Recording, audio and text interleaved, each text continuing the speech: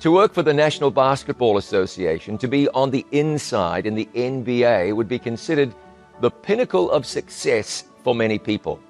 One man was on the inside, but now he says he's entered into a bigger and better stadium. He's Chuck Taché, I'm John Bradshaw, and this is our conversation.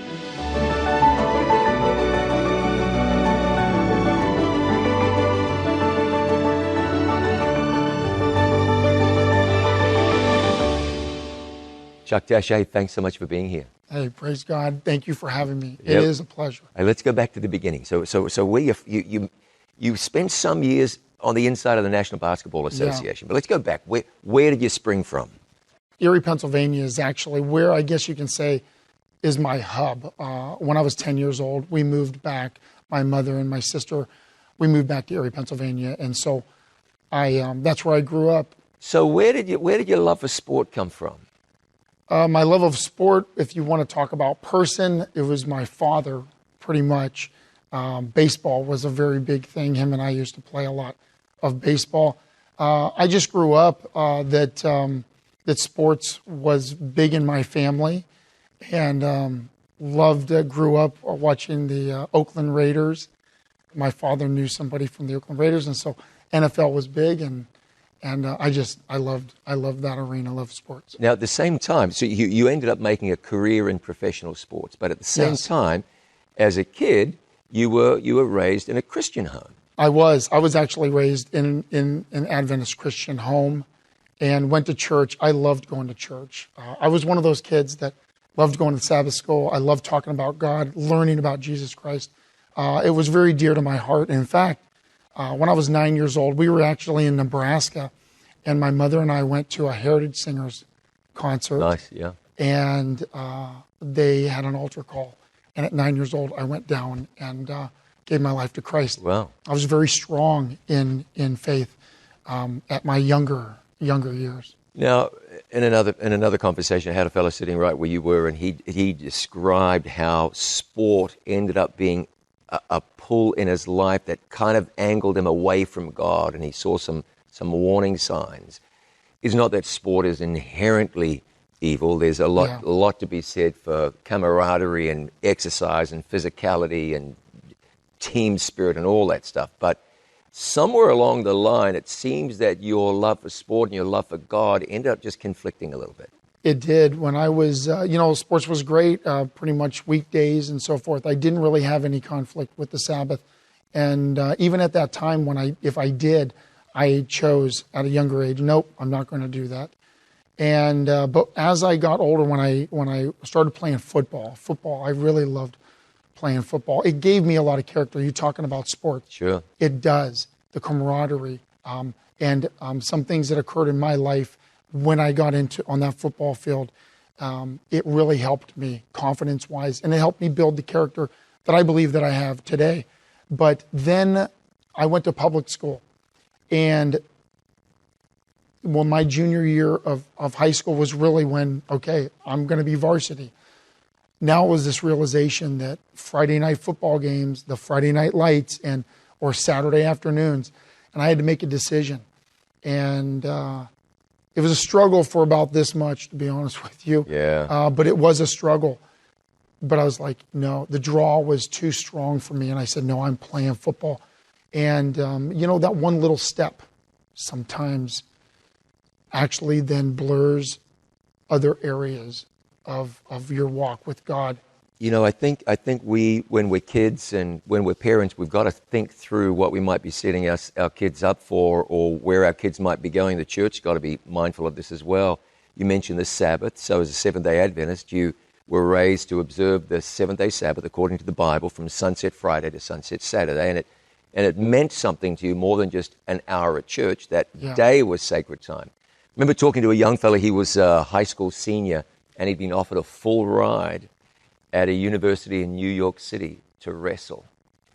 And it was, so what are you going to do, man? And he's like, I'm going to be true to God. I'm not going to take it. And a week later, he was on the plane.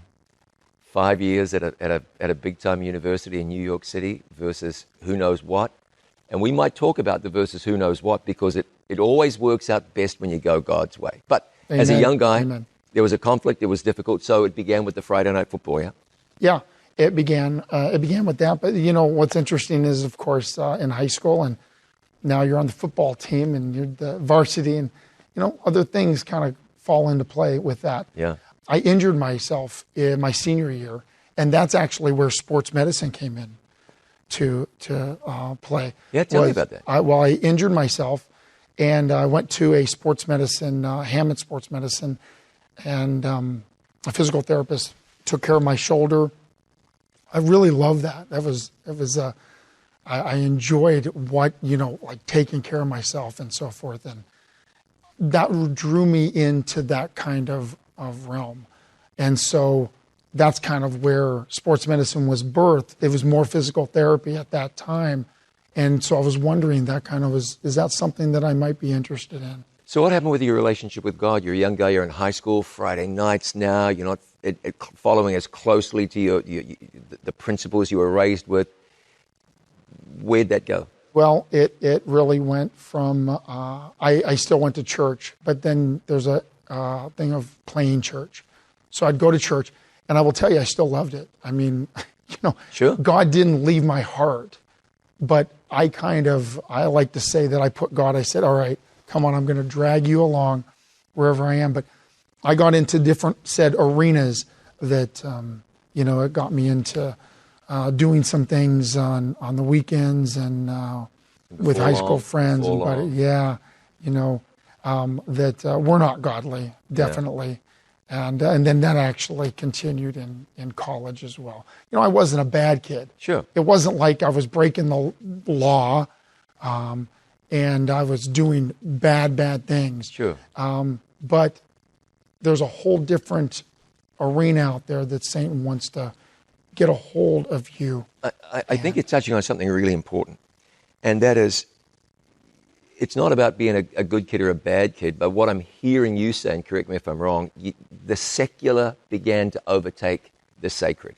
Very much so. And this is what we've all got to guard against. We all live in this world, and it's a very secular world. So it's a matter of keeping the secular out to the degree that it doesn't overtake you and numb your spiritual perceptions. And talk to me about that drift that went on. Describe that. I don't want to get into the gory details, but what's going on in your mind and in your heart? I remember as a young Christian, not a Sabbath-keeping Christian, becoming successful in my career, and it just got easier to be slack about the spiritual, and slowly that just started to occupy a less important place in my life. Not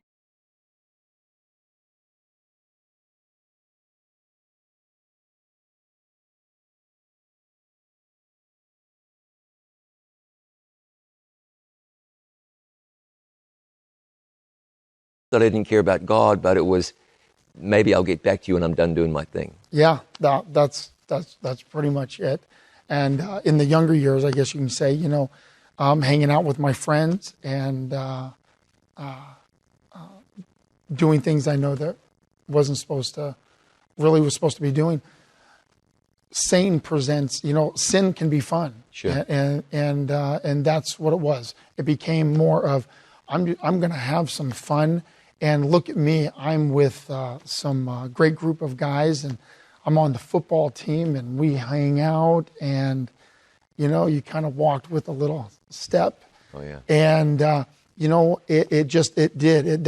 secular kind of took over my life. And now my direction, my mind was not towards God. It was towards, what is it that I want to do? What do I want to do in my future? So where did your career go initially? So my career went, I graduated, I went to college, and then real quick when I saw a coat that a gentleman had on in between my freshman and sophomore year of college, and it had Edinburgh University Sports Medicine. And I'm like, where did you get that coat? And he just got startled, and he goes, well, I'm a student trainer. And I went directly to the training room area. I didn't really quite know what that sports medicine and athletic training was all about. When I walked in, I said, I want to be a student trainer. So I filled out my application. I actually have my first application that I ever did. And when I walked into that training room, I'm just going to tell you, I was home. I can picture it now.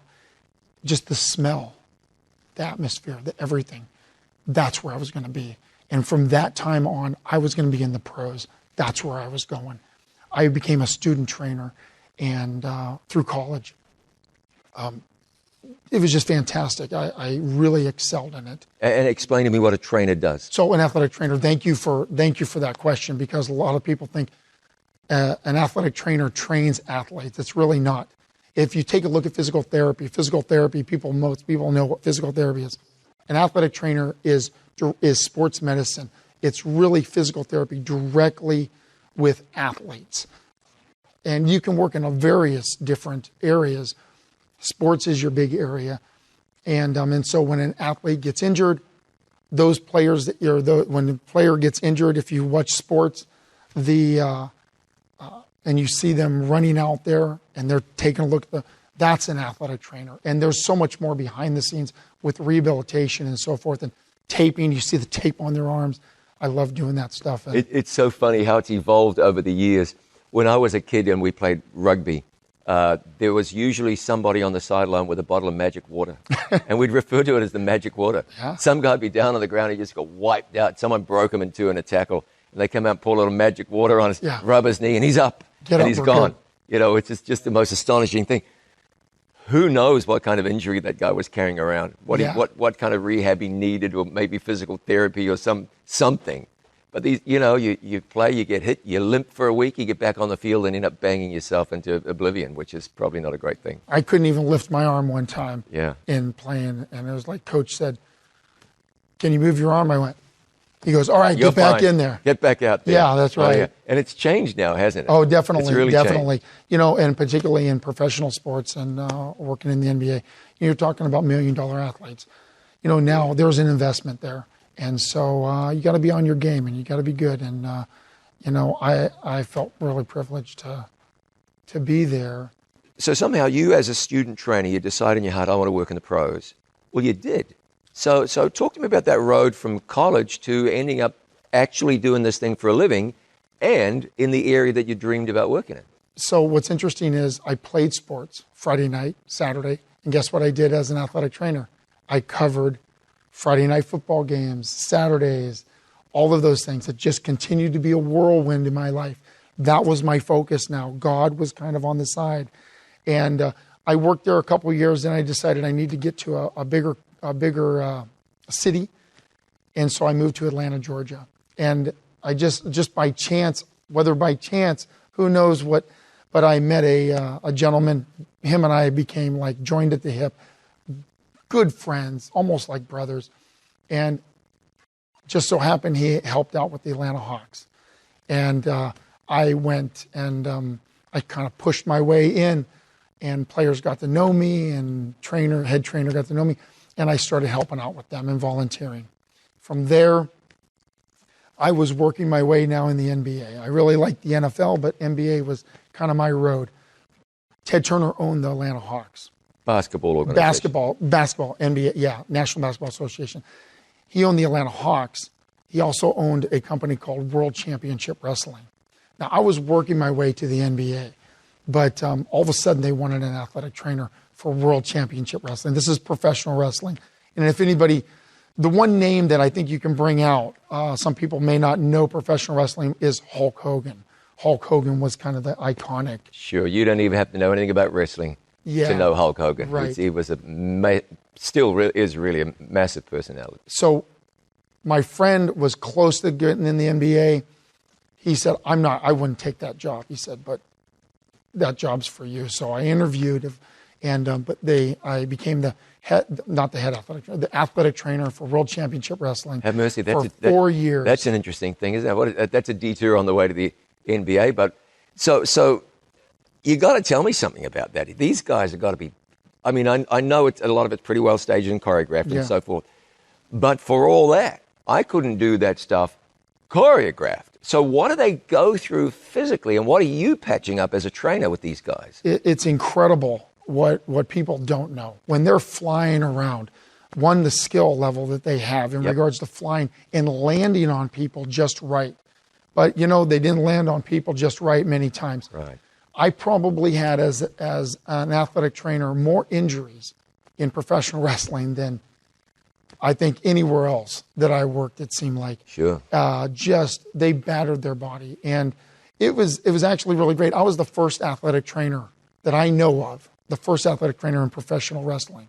And it was a very interesting dynamics that I came in, and that's kind of an inside little area. And here I am, an outsider. Had to be interesting for the athletes too, because they'd never had a trainer sticking his nose in their business before. That's exactly right. And so I actually had a professional wrestler that was played for the Los Angeles Rams and in the NFC Championship.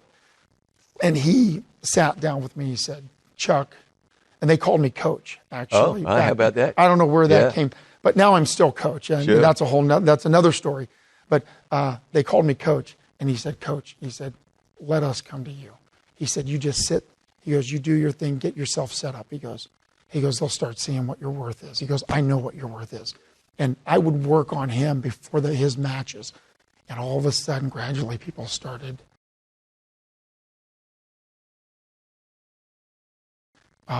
seeing it. Then I was busy and taping the guys up and taking care of them. But then I was working on the road too. So I would work from usually on the road Thursday nights or Friday nights. We'd have a Friday night match, Saturday night match, Sunday night. And then it turned into Monday Night Nitro. And now I'm on the road. That was my life. The road is definitely not a godly area to be in. And you know, that was kind of my focus. Yeah, you hear some stories about these guys hair raising. But let me ask you this, just a technical question. Yeah. How often are these guys wrestling? So the mainstayers. So when Hulk Hogan actually came into WCW, we'll say that, and then you had the New World Order that ended up coming in. Yeah. Those were the headliners. And we would go on the road, and sometimes we might have a Thursday night match, but many times we flew out. I flew out on Thursday or Friday. We'd wrestle every week. It was just, and we would go to towns. So we would do a live show on a Friday night, and we would do a live show on a Saturday night, and we'd do a live show on a Sunday night, Same guys wrestling? Same guys wrestling. And then we'd have Monday Night Nitro. Now, along with that, we also had pay-per-views, right? So you had your Halloween Havoc or your whatever the big event. Big Bash or whatever. And so you might have a Saturday night there. You might have a Sunday night, depending on when they decided to match up. But they wrestled every week. And, sometimes maybe they would mix up some of the guys. Of course, I was always there. But you might mix some of the guys. But they were wrestling every week. And the injuries, back injuries, definitely knee injuries. I had some interesting, a lot of people talk about ACLs. Sure. The ACL injury, that can be the life of an athlete injured, done. And but they would get PCL injuries. You have a posterior cruciate ligament, and they would drop to their knees when they would fall. And they would take that, not to get in the anatomical, but the tibia, and they'd just drop that thing in just constantly. And I'd have PCL injuries. I actually had a guy rupture his quadricep tendon. The complete four-muscle group just ruptured and just rolled right up. Yeah. And so it was those kind of injuries. And man, I can feel that. Yeah.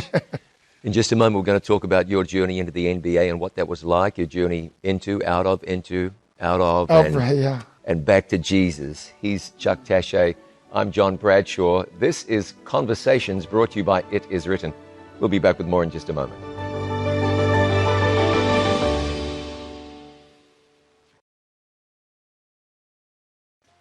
You know that at It Is Written, we are serious about studying the Word of God, and we encourage you to be serious as well. Well, here's what you do if you want to dig deeper into God's Word. Go to itiswritten.study for the It Is Written Bible Study Guides online. 25 in-depth Bible studies that will take you through the major teachings of the Bible.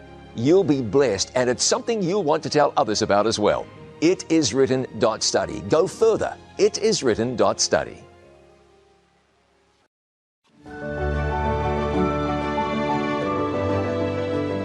Welcome back to Conversations, brought to you by It Is Written. My guest is Chuck Taché, who for a number of years was a trainer in the National Basketball Association, the NBA. So a moment ago, you were with the WCW, patching up wrestlers, putting guys back together again after their hard falls, and we discussed there might be some theatrics involved, but it's athleticism with real big guys throwing themselves around. Yeah. So you were there for a while, on the road, tough lifestyle.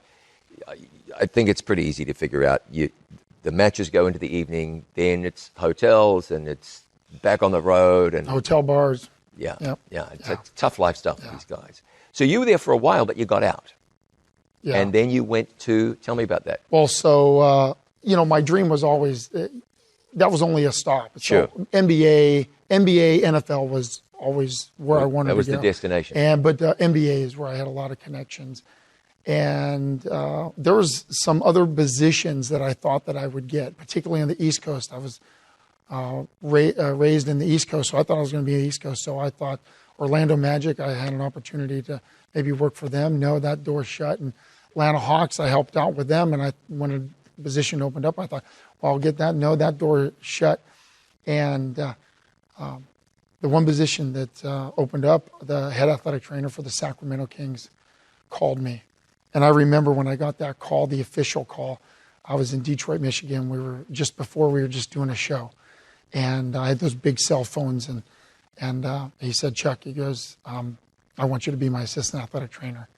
And I just, it was hard for me to even imagine. I sat there after I got off the phone and just taking a deep breath and saying, I made it. I'm going to be in the NBA. Yeah, dreams come true. And we packed up and drove to California. My grandmother, who was a very godly woman, and I really looked up to her in that fashion. And she said to me, I remember I can picture her, and she said, Chuck, she goes, I don't want to see you go to California.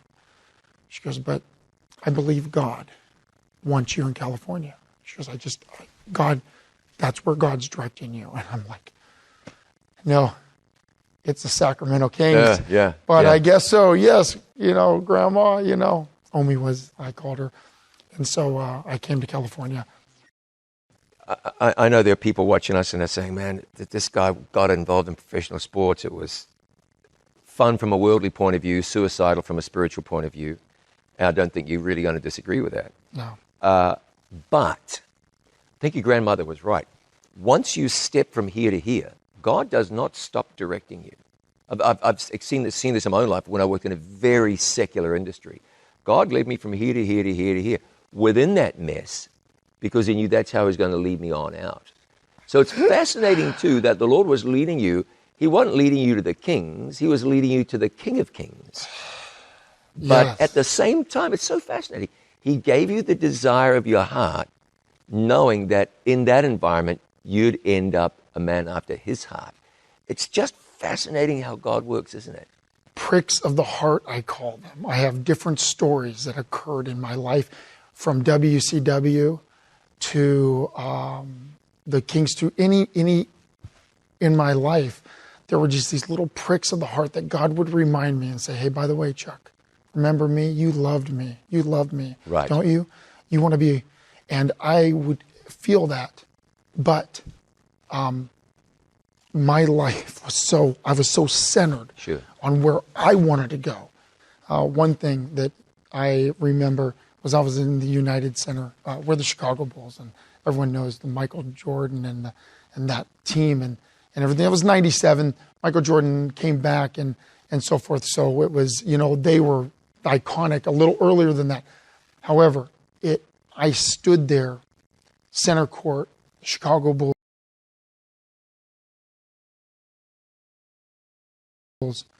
that iconic logo. And I just looked around and I'm like, and I see my team practicing over here. And I'm like, that's my team. And here I am at the United Center. I've arrived. It was an incredible, incredible feeling that, not many people get that opportunity. And here I am, that I'm here. Yeah. And it was a good Kings team too. It was a good Kings team that first year. We actually didn't make the playoffs. But then in 1998. Yeah, then it all began. But you see, in 1997, if I continue on, that near the Christmas time, we were down in the locker room, down in the training room, and Shriners Hospital, they bring the kids to Arco Arena, that was where the Kings were, and the kids interact with the players. And I was down there in my office, and I told the head athletic trainer, I said, I think I'm going to go upstairs and just watch the kids, the players interact with the kids. I enjoyed that. So I went up there, and I have to just tell you that I got there, and somebody caught my eye. A girl caught my eye, and because of course they had to have the nurses come with the kids, and I walked over and introduced myself, and I said, "Hi, how you doing?" and so forth, and we started having this conversation. It was a God-led conversation, because somehow we got onto where we went to college, and I said, "Well, I went to Edinburgh, University of Pennsylvania. Probably wouldn't know that school. Where did you go?" And she goes, "Oh, I went to a small school in the South, I go, "Well, where did you go?" She goes, "I went to Southern University." And I'm like, "Oh, Southern." So she looks at me and she goes, "Are you an Adventist?" How did I answer that? I don't know how to answer that, because was I even a Christian at that time? I wasn't even an Adventist. And I said, well, I was raised Adventist. I don't remember everything I said, of course. Well, of course, I was attracted to meet her, right? So but she goes, with me saying that, she goes, "You should come to the church where my husband is the youth pastor." And of course, I just was like, yeah, I should, So, but what a wonderful woman. And just the conversation, you could tell dispositions. I honestly believe you can tell when somebody is just the purity, sure. the goodness. There's a love. There's just something there that they walk with. Think about how God set you up for this. Yeah. What I mean is, there you were, you're drifting from God. You get this very secular thing. You were kind of, on a certain sense, done with God. Maybe you get back to him later. He wasn't in your front pocket. He was way in your back pocket somewhere, or you left him back home on a kitchen counter.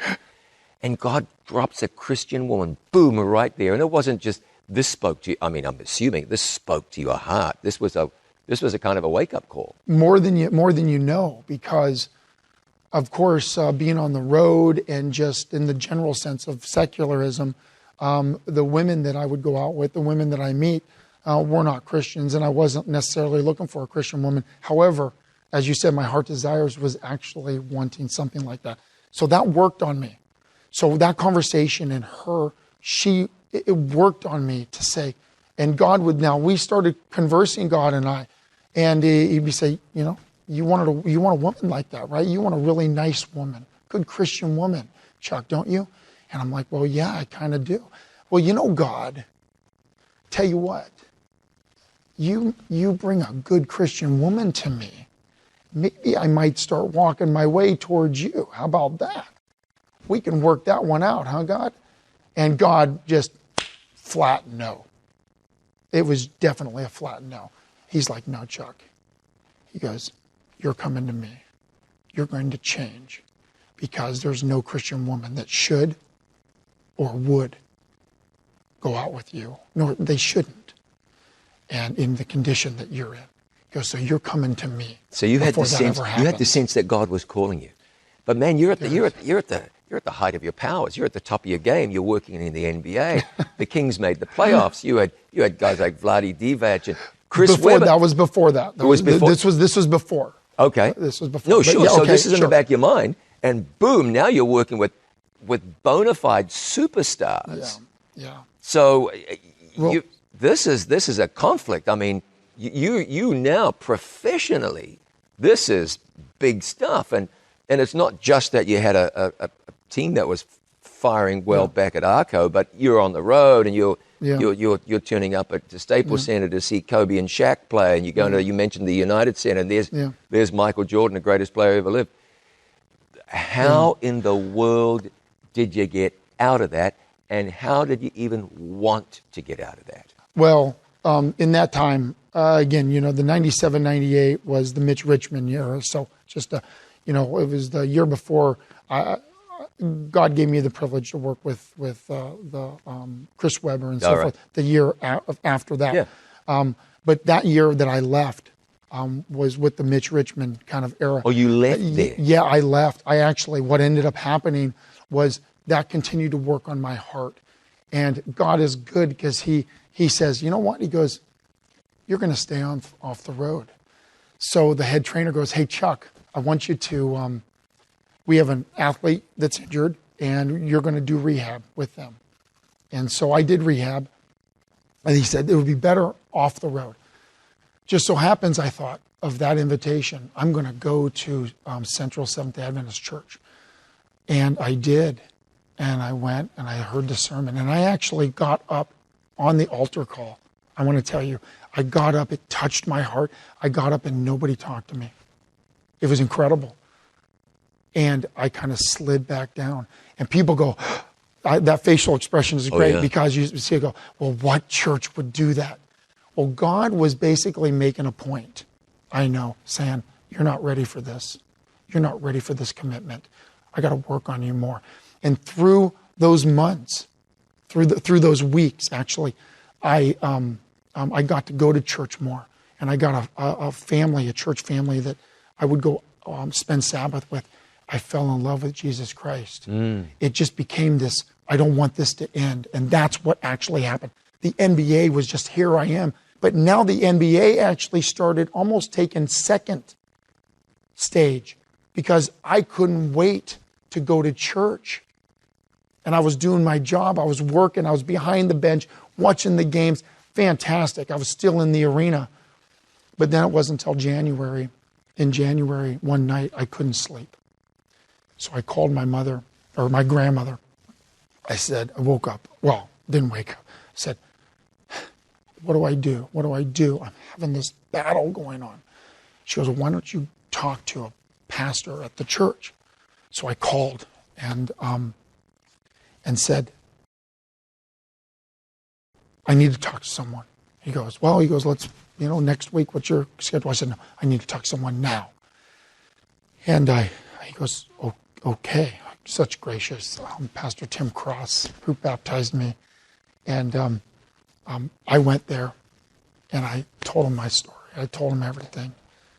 And I was crying and I was just, what do I do? This is everything I dreamed about. This was everything to me. God can't be telling me, you've got to leave. But he said, as I say, 360 degrees, complete in Christ. Chuck, you have to give me all. I'm not taking anything less anymore. I fell to my knees and I cried. And I said, I know what I got to do. I didn't leave at that time. I stayed until the end of this season. I thought that was the right thing to do. And at the end of this season, I went, there was a battle going on the night before. Satan was just like, you don't need to do this. You don't need to do this. And it was like this was going to be the end of my life. I even told God, I said, if I don't make this decision, just go away from me. I don't want to feel this anymore. Through the years of my life, of you pricking my heart and me feeling this, I don't want to feel it anymore. If I don't make this decision for you, just the Holy Spirit go away. That's a very scary thing to even say. Sure. I don't know if God would have really took me up on that. But I went in the next morning and I said to the athletic trainer, we had a conversation before this of another story. I said, I became a born-again Christian. And he's like, yeah, Chuck, I know. He wasn't quite in that arena. He thought hypocritical Christians, actually, from the NBA and from players, and that he saw all this. I said, well, with that, I said, I believe in the seventh-day Sabbath. And I'm wondering, could I be the assistant athletic trainer and have Friday night games off and Saturdays? And he's looking at me. Well, that's a no. It was pretty much a flat no. He said, I don't think that would work. You know, professional sports, they don't care what time of year. They don't care at all. And what we know is that God has an interesting way of working this out. We're going to find out more about that in just a second. Don't go away. Back with more with Chuck Taché and our conversation in just a moment.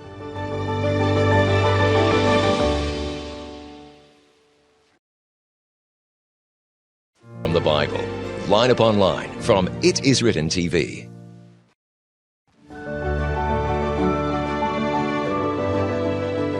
Welcome back to Conversations, brought to you by It Is Written. I'm speaking with Chuck Taché. A moment ago, there you were working in the National Basketball Association with the Sacramento Kings. You returned to your spiritual roots. You are now desiring to be a biblical Christian, keep the seventh-day Sabbath, and you ask a sports organization if you can keep working for them but not working Friday nights or Saturdays. So how'd that work out for you? Well, the head athletic trainer kind of looked at me. You know, we work hard. You work hard. That was his destination too. So he knows what's in my heart to work in the NBA. That was his heart too. So he's like looking at me like I'm crazy. He goes, I don't think that will work out. He said, well, I'll talk to the general manager.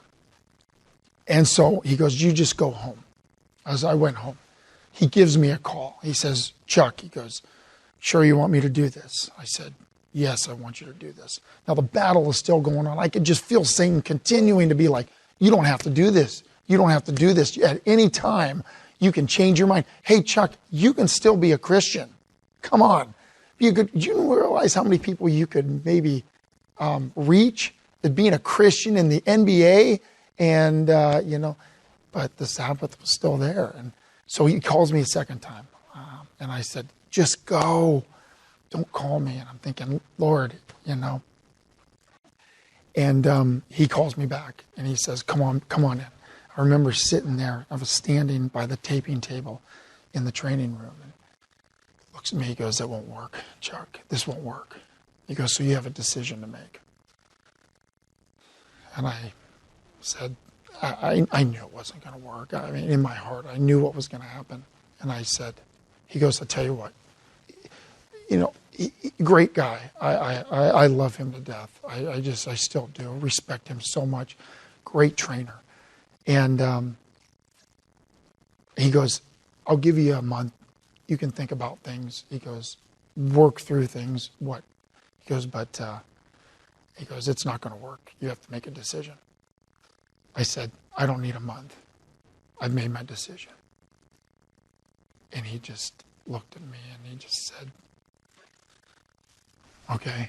He goes, I'll give you time alone to, he'd left. And I remember walking through the locker room and you have to, walking through the locker room. I remember walking in that locker room before. When I first started and it was just looking around. Oh, yeah. This was my dream. Sure. This was my life, and cleaning out my desk and everything. I started crying and thinking to myself, what am I doing?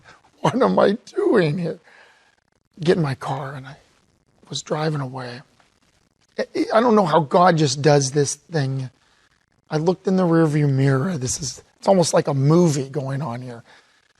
Looked in the rearview mirror and I could see Arco Arena in the rearview mirror, and I'm driving away and it's just getting, smaller. I'm crying at this point. I'm just crying and I'm shaking. Like, what am I doing? What am I doing? And I kind of just lifted up and I just said, Lord, I'm yours now. I'm yours. I'm completely yours. I don't have a job. I have no idea where I'm going. I'm here in California. Now what? At that time, I had greatest peace in my heart I ever experienced, ever. People that have given their life to Christ and just completely know that feeling. And it was like taking a deep breath and going, everything's okay. I'm now with God. I am with Christ completely. Yeah, but you're with God completely and you're unemployed and you don't know where you're going next. So there are a couple of things to resolve here, but you had peace and you were in the will of God. Yeah. So what did happen there? Well, it was the end of April. It took actually, I didn't miss a paycheck. The head athletic trainer says, we're going to pay you up till June. Cool. I said, thank you, Lord, for that. And so I started beating down. I said, I don't want to leave right away. I don't want to just go back to Pennsylvania or go back wherever and just start my life over again. I want to find a job and see if that pans out, what happens. So continued to pray and continued to say, Lord, open up doors. And so I started talking to different physical therapy groups. And there was one physical therapy group. It was called Back to Work Physical Therapy. And I called them, actually, and said, do you have any positions open? And they were like, we just filled it. Okay. And I was in that area. And so I thought, well, I was going to drop my resume off, but I thought, no, why? And I was at this one, I don't know if it was Staples or Kinko or whatever, and something said, Chuck, I can't open up doors that you don't knock on. So I said, okay, well, I'll just drop my resume off. I went in there, dropped my resume off, and it was like, that was, I think, a Friday. It was like on Monday, he called me and said, hey, would you like to come in for an interview? I'm like, well, I went in for an interview, and here I am with the Kings. I was with the Sacramento Kings before, and they see that in my resume, and they're like, why are you here? Kind of thing. And I didn't want to say anything. And but gradually they worked on me, and I said, look, yeah, I was with the Sacramento Kings. I believe in the Seventh-day Sabbath. I'm a Seventh-day Adventist Christian, and so I won't work on Friday night, and they were like, the person that actually managed the physical therapy was a Seventh-day Adventist. How about that? And the funny thing is, the physical therapy aide that was there, a young woman, I started working with her. It was actually her. I was going to take her shift, and it was more of a Friday night thing, and they said to her, this guy we want to hire, but you'd have to stay. You have to do your shift. And she was like, just hire him. Well, it turns out that that woman is now my wife. No way. Yeah. Is that right? Yeah, she actually is the one that hired me pretty much. No way. Yeah. Aren't you glad you knocked on that door? Amen. That was God speaking to you, wasn't it? Oh, my heavens. Yes. That was fantastic. And a perfect woman for me. It How was about great. that? But then the second part of me coming back to the Kings, I worked in physical therapy, right? And all of a sudden, the head athletic trainer gives me a call. The season was about to start. We actually were in a lockout. So the season was going on, was going to be, but they weren't playing. And the head athletic trainer calls me and says, hey, Chuck, come on out to dinner with me. And I'm like, okay. And we went out to dinner, and we're sitting there talking, and he was like, he goes, I enjoy working with you. And he goes, I want you to continue to be my athletic trainer. He goes, you'll have Friday night games off and Saturdays. And that's about unheard of in a professional organization like that. Very unheard of. I sat there looking at him like, this can't be happening. The professional sports does not work this way. And when the lockout ended, I started back, and that's when pretty much the team came. Chris Webber and the Vlade Divac and the Peja Stojakovic and Jason Williams was drafted at that time. And then you had Doug Christie, and you had, all those players, those role players, just fantastic. That was the really bench a great mob team. And so forth. And that was 1998. And we pretty much started taking the NBA off by storm. The incredible thing was, there was a new lease on life for me. Here I am. I'm in a desire of my heart that I wanted to be. Why God brought me there, I have no idea. But yet, I was praising my God the right way and complete in Him. So how was it different for you the second time around? I mean, you were a different person altogether. So what sort of eyes were you looking at the NBA through? It's still a very secular thing, very competitive, very cutthroat on some level. You're dealing with extremely secular people. But you are this new individual now. So what changed? Well, I changed through God. And the players were really great. They respected me. There were a couple of them that they gave me a hard time, but overall, they appreciated me, and there were some Christians in those groups, and so they respected me in that fashion. The head athletic trainer, I can't say enough, was fantastic with me. Obviously, brought me back, and respected me, and he was just great. He was just great. The players. They would mess with me. It would be Friday, and I would be going in. We'd have shoot around in the morning, and that was fine. And then the game would be like at 7 o'clock at night or something.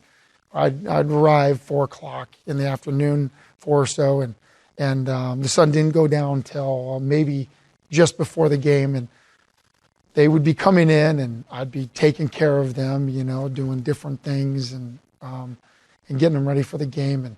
And they would, some of them would come in, they'd be like, Chuck, it's almost sundown. You're going to turn into a pumpkin. You need to go. You need to leave. And I'd be like, guys, I'll handle this. I'm here to take care of you. I'm not going to be here for the game, but I'm going to stay here to make sure you're okay and everything is okay. The game is all set, and then I'll leave. It was actually tough for me, to tell you the truth. Sure. When I left, very loyal person, and it was tough for me. It worked on me. It worked on me for 3 years. Yeah, this time you left.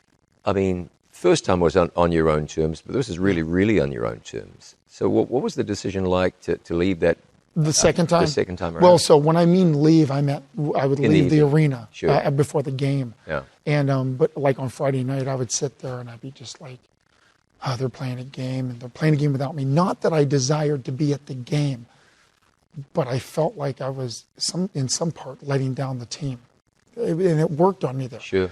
The second time was actually it was very much it actually turned out to be a blessing. It was very much a blessing that after the third year, I was there for a total of 4 years, from '97 to 2001, and we were making the playoffs every year. And I just have to say this before I thought, we're going to win a championship. And I would talk to God and I would say, all right, Lord, we're going to the championship, right? I'm going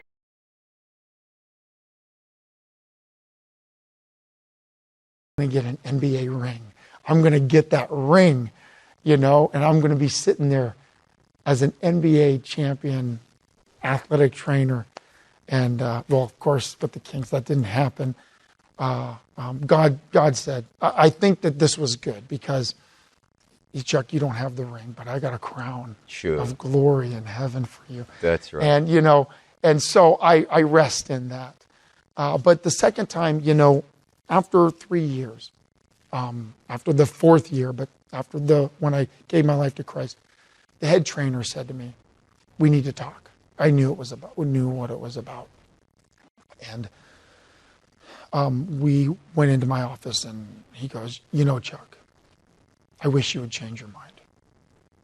He goes, I wish I could sit here and just say, just change your mind about all of this. He says, but I know you won't. He says, so I'm not even going to ask. I believe right there that was a sign of respect that he had for me. Oh, yeah. And it's good to be wanted, and it's good to have that. And I hope I did a good job for them. And I hope that the players, they respected me, but I hope someday that why God brought me there, hopefully was a witness. And I'm not perfect. And I always told the guys, look, don't look at me as being perfect, a perfect Christian. But I hope that maybe someday I'll see them in heaven and they'll say, you know, Chuck, there was that prick of the heart that you gave me at that time. So maybe that was the reason. I don't know. But the head trainer said that, and I said, look, I never want to be a burden to anybody. So I will, I'll leave. It's no problem. And God has just blessed me throughout. I have a beautiful family, yes, and I run now through my church a sports league that we honor the Sabbath, and we have soccer on Sunday mornings, or sometimes during the weekday now. But and I hope I glorify God. Through that, and I tell the kids, but not just the kids. I want the parents. I want people that are on that edge, just like I was, that are like maybe playing church, not quite sold out for Christ, not complete, and all of a sudden they go, I want to be that. That's kind of where I'm at. I've got two more questions for you. One is, so what are you doing now? So I am a registered nurse. I'm a registered nurse at Folsom State Prison. I'm actually the nurse instructor. So I've been in state service, in prison nursing for over 14 years. So it's still health-based? You're still helping people? Health-based. You're still helping men? Still helping men. Yeah. And you know what? I still, even in a secular area, and particularly in a state service, in regards to sharing your faith and that, but, not necessarily with inmates. It's very tough, in regards to the overfamiliarity. But people know what you're about. They know what you stand for. They get your values. You transmit a certain something. So God still speak about my faith on the front lines of ministry there. Yeah. Here's another thing I want to ask you. So you're raised to know the Lord, took a detour, got sucked into this vortex of professional sports. It's captivating. It's intoxicating. It's exhilarating. And God got you out of there by some miracle. Often that's just the absolute end of a person spiritually, but for you it was not. Talk for a minute to that kid, or maybe not even a kid, who's captivated by sport. It might not even be sport, but sports where we're at. And they feel that pull. And they're thinking, how do I resist that? What do I do? I got a scholarship. I've got an offer, or I just plain love it. This is my desire. You've been through that, and it worked out great for you. You're in a fantastic job. You've got a great family, got a good head on your shoulders, a wonderful future, and a great present. Speak to that person now and help us to explain how you can look to the future and say, if I just do this God's way, it's really going to work out. What you say, it's so tough. And I was talking to a kid on the Sabbath. This just a Sabbath. What do you say to that? It's such a pull. And you loving athletes and sports, and me loving athletes and sports. And when you love that, you want to reach the top.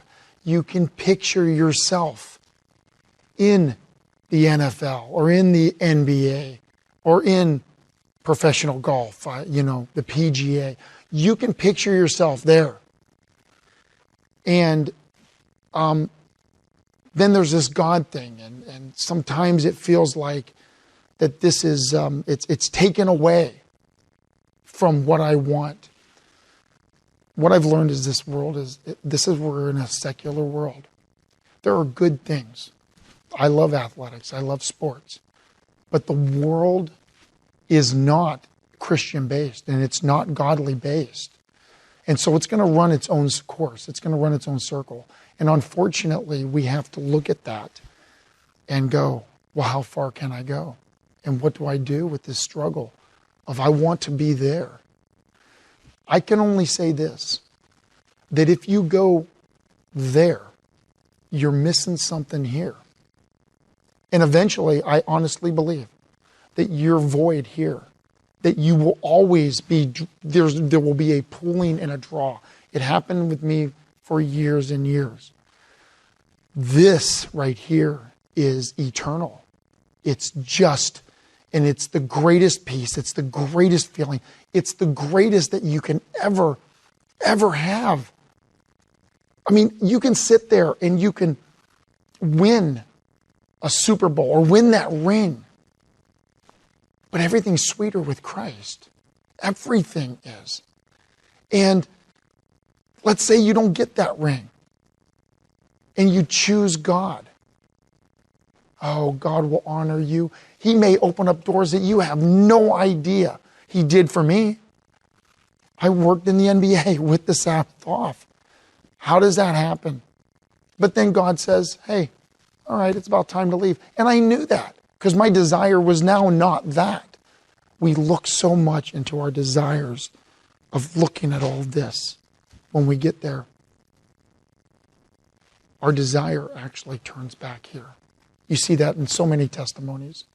Why is it that people have to listen to testimonies of people coming back to Christ, particularly those that are raised to know the love of Christ? Why do they have to learn all of this stuff out here just to go, hey, I'm back. I have a great testimony. Well, God brought you back. The testimony is God's story. You're not great. I'm not great. It's Him that's great, you know. And that's what, I don't know how else to answer that. I've got one more question for you. There was something going on in your mind and your heart. You called your grandmother. I'd like to tell you I know the answer, but I'm wondering if you're thinking the same thing. What brought about this sensitivity, this change in your heart? What was going on in the background that you started to hear the voice of God cutting through all this?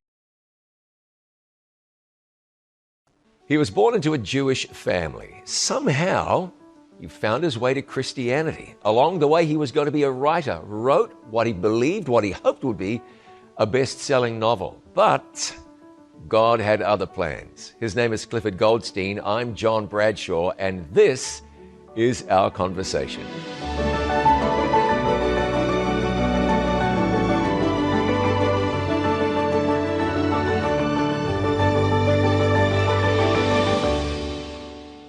Clifford, thanks so much for being here. Appreciate it a lot.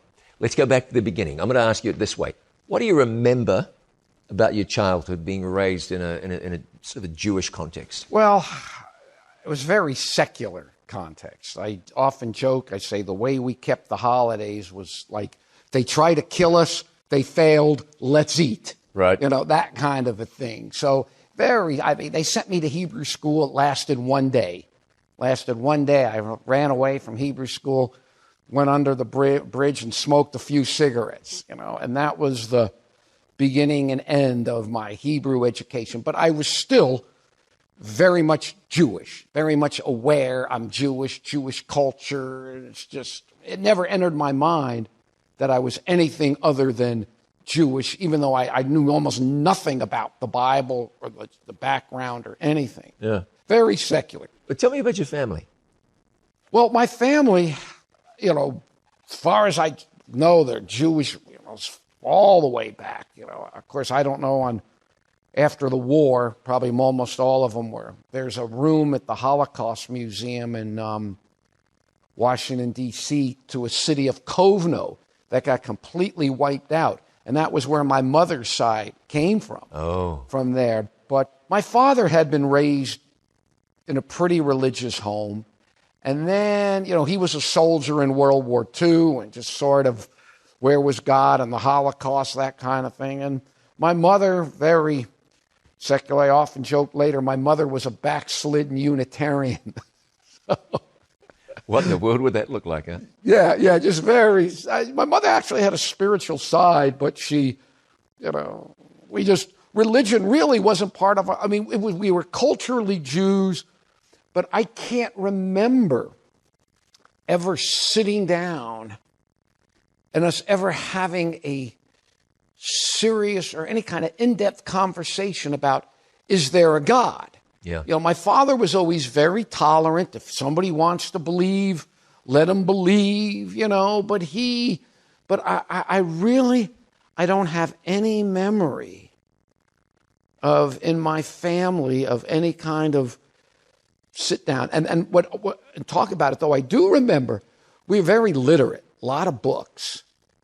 And I still remember there was a Bible. Oh, there was. Old and New Testament, Yeah. just sitting on the shelf. And I can remember I was maybe 14 or 15, and just picking up the New Testament. I mean, it was rare for me just to pick up a Bible. It was the Old and New Testament. And what I distinctly remember is going to the book of Revelation and reading the last few verses of the last chapter.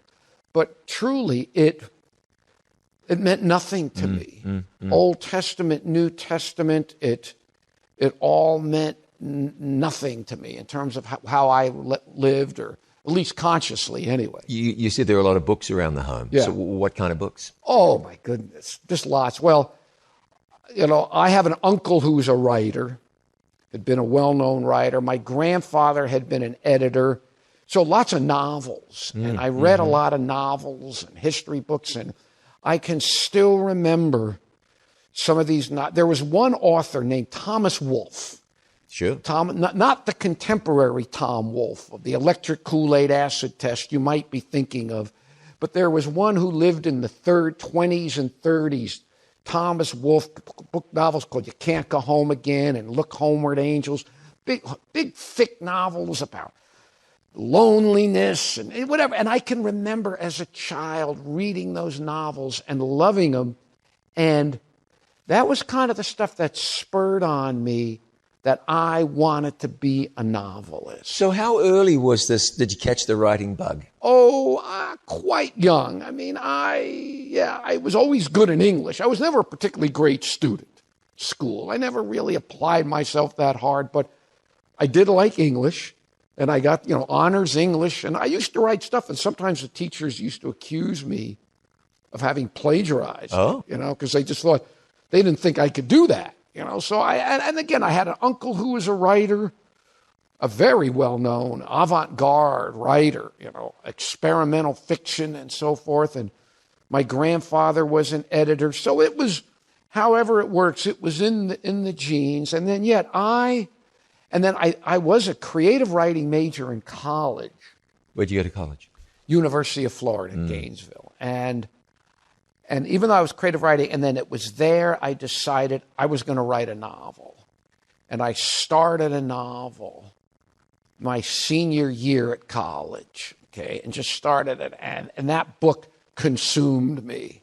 That was, I poured everything into the novel. Nothing else mattered. I used to tell people, I asked my uncle once, the writer, about how am I going to survive? And he says, look, if I knew how you could write and live, he says, I'd bottle it and we both get rich, because, he struggled years too, surviving. But in some ways I would tell people the novel impacted my life, controlled my life more than I controlled what was going with the characters in it, because nothing else mattered. Everything was subservient to writing the book, because I had to pour everything into it. It's tough to be a successful writer. I mean, no matter who. I was reading the other day about a woman whose name I don't recall. Yeah. She was in the Midwest, moved to New York City, hoping she'd get there. She said more than 100 rejection letters for work that she'd sent here and there and there. And see, it depends to how you define successful.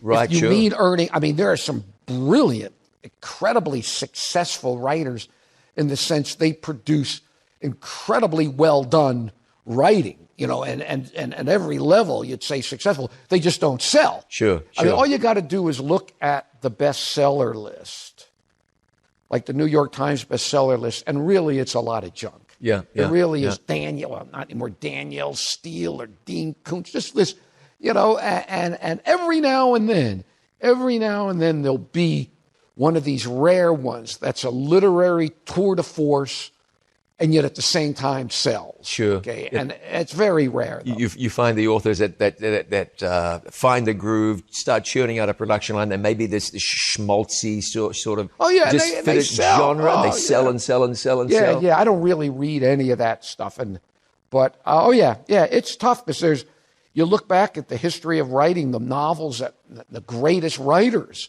people who are now considered the great writers, most of them. Many, like somebody like the Southern writer, William Faulkner, who's now like a god.